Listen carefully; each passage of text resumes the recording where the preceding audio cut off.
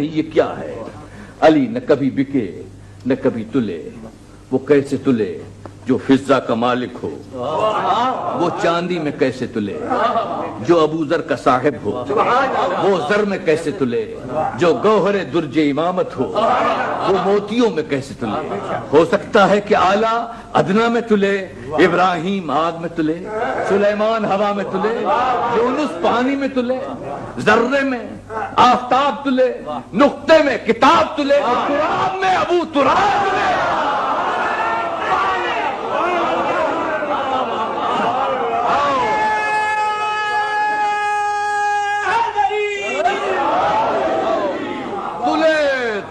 تلے تو مہر نبوت کی ترازو پتلے، اور بکے تو نقد مشیت کی آرزو۔ یہ منزل گزر رہی ہے، یہ منزل گزر رہی ہے۔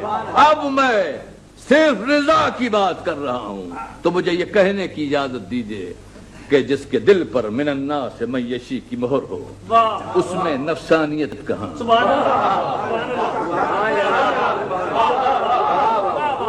اور جس کے ذہن کے لیے فی صدور الذین آیا ہو، اس میں خیانت کہاں؟ اور جس کے ذہن کے لیے انا النقطۃ تحت الباب، اس میں جہالت کہاں؟ اور جس کے ہاتھوں کی حرکت کبھی انما کا نگینہ، کبھی حلتا کا آئینہ، کبھی لافتہ کا سفینہ، وہ غلط کار کہاں؟ اور جس کے پیر کبھی دوش رسول جلیل پر، کبھی شہ پر جبرائیل، اس سے لغزش رفتار کہاں؟ جس کی آنکھوں میں لو کشف الغطا کی تحریر، اور آب وحی میں حل کیا ہوا سرمہ مدنی روز خیبر لگایا ہو، اس کی بصارت میں ریب کہاں؟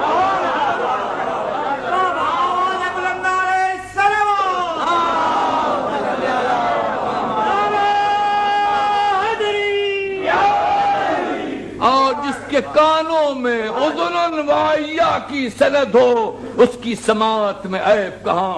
اور جس کی زبان رسول کے دہن میں ہو، اور رسول کی زبان جس کے دہن میں ہو، اس سے غلط بات کہاں؟ اور لسان صدق علیہ جس کی گفتار ہو، اور برد الایمان جس کی رفتار ہو، اس سے منافی رضا حرکات کہاں؟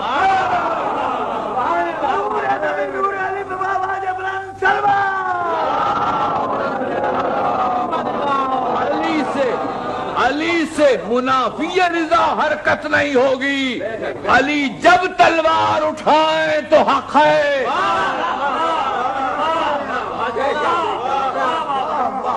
حق ہے۔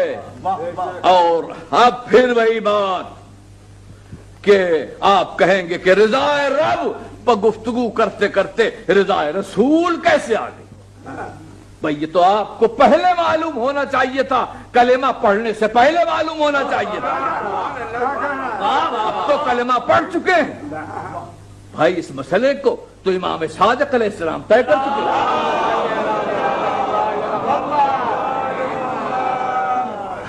پوچھا یا ابن رسول اللہ، ایک آیت سمجھ میں نہیں آتی، فَلَمَّا سَفُونَ انْتَقَمْنَا مِنْهُمْ فَأَغْرَقْنَاهُمْ أَجْمَعِينَ، کہ اللہ فرماتا ہے کہ جب ہم غمزدہ ہوئے، غضبناک ہوئے، تو ہم نے انتقام لیا اور ان کو غرق کر دیا۔ تو یہ ابن رسول اللہ، کیا اللہ بھی رنجیدہ ہوتا ہے، غمگین ہوتا ہے، خوش ہوتا ہے، ناراض ہوتا ہے؟ ابتدائی دور کی بات ہے، تو امام نے فرمایا کہ نہیں، یہ اللہ کا تصور غلط ہے۔ ہمارے یہاں اللہ کا تصور اس سے بہت ماورا ہے۔ اللہ انسان نہیں جس میں غصہ ہو، جس میں خوشی ہو، ناراضگی ہو۔ کہا پھر اس آیت میں کیا ہے؟ کہا کہ لا یاسفو کاسفنا، وہ ہماری طرح رنجیدہ اور خوش نہیں ہوتا، ولکنی جعل اولیاء لنفسہ، لیکن اس نے کچھ ایسی ہستیاں بنائی ہیں، انہم یاسفون ویرزون، وہ غمزدہ بھی ہوتی ہیں اور خوش بھی ہوتی ہیں۔ وجعل رضاہم لنفسہ رضا، اور ان کی رضا کو اپنے نفس کی رضا بتایا، اور ان کی کی ناراضگی کو اپنے نفس کی ناراضگی بتایا. کیا تو نے قرآن نہیں پڑھا کہ من یطع الرسول فقد اطاع اللہ؟ جس نے رسول کی اطاعت کی اس نے اللہ کی اطاعت کی. اور ان الذین یبایعونک انما یبایعون اللہ ید اللہ فوق ایدیہم.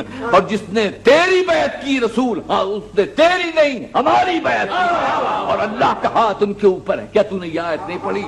اس نے کہا ہاں پڑھی. کہا بس یہ رسول ہے جو مظہر رضا رب ہے. رسول کو دیکھ کر پتا چلتا ہے کہ کون کیسا ہے. قرآن بھی مظہر رضا رب ہے. معلوم ہوتا ہے قرآن سے کہ اللہ کیا پسند کرتا ہے، کیا پسند نہیں کرتا. لیکن اوامر اور نواہی، حلال و حرام قرآن سے معلوم ہو سکتے ہیں، لیکن انسانوں کے بارے میں کس سے خدا خوش ہے، کس سے خدا ناخوش ہے، یہ قرآن سے معلوم نہیں ہوگا، یہ رسول سے معلوم ہوگا.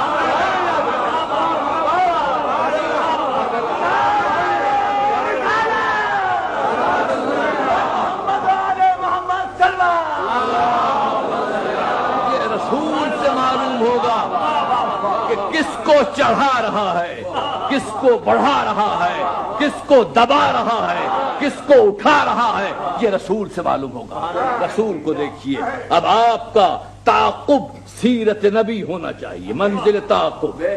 رسول کو دیکھیے، دیکھتے چلیے کس سے خوش ہے. آپ ان کے کلمہ گو ہیں نا، لہذا جس جس سے وہ خوش ہوں آپ اظہار خوشی، اور جس جس سے وہ ناراض ہے آپ ناراض ہوتے جائیں، چاہے آپ کا دل اس کو کتنا ہی پسند کرے.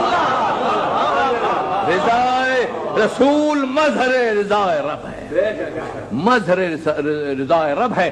اور میں دیکھتا ہوں، میرا کام یہی ہے کہ میں تاریخ و سنن اور احادیث میں یہ دیکھتا ہوں کہ رسول کس سے خوش ہے تاکہ میں بھی ان سے محبت کروں، کس سے ناراض ہے تاکہ میں بھی ان سے دور ہوں. کیونکہ رسول کی رضا سب پر مقدم ہے، سب پر مقدم ہے. رسول بہتوں سے محبت کرتے تھے، بہتوں کو چاہتے تھے، بہتوں کا خیال کرتے تھے. لیکن پوری تاریخ میں ایک رسول کا کردار صرف ایک ذات کے لیے نظر آتا ہے.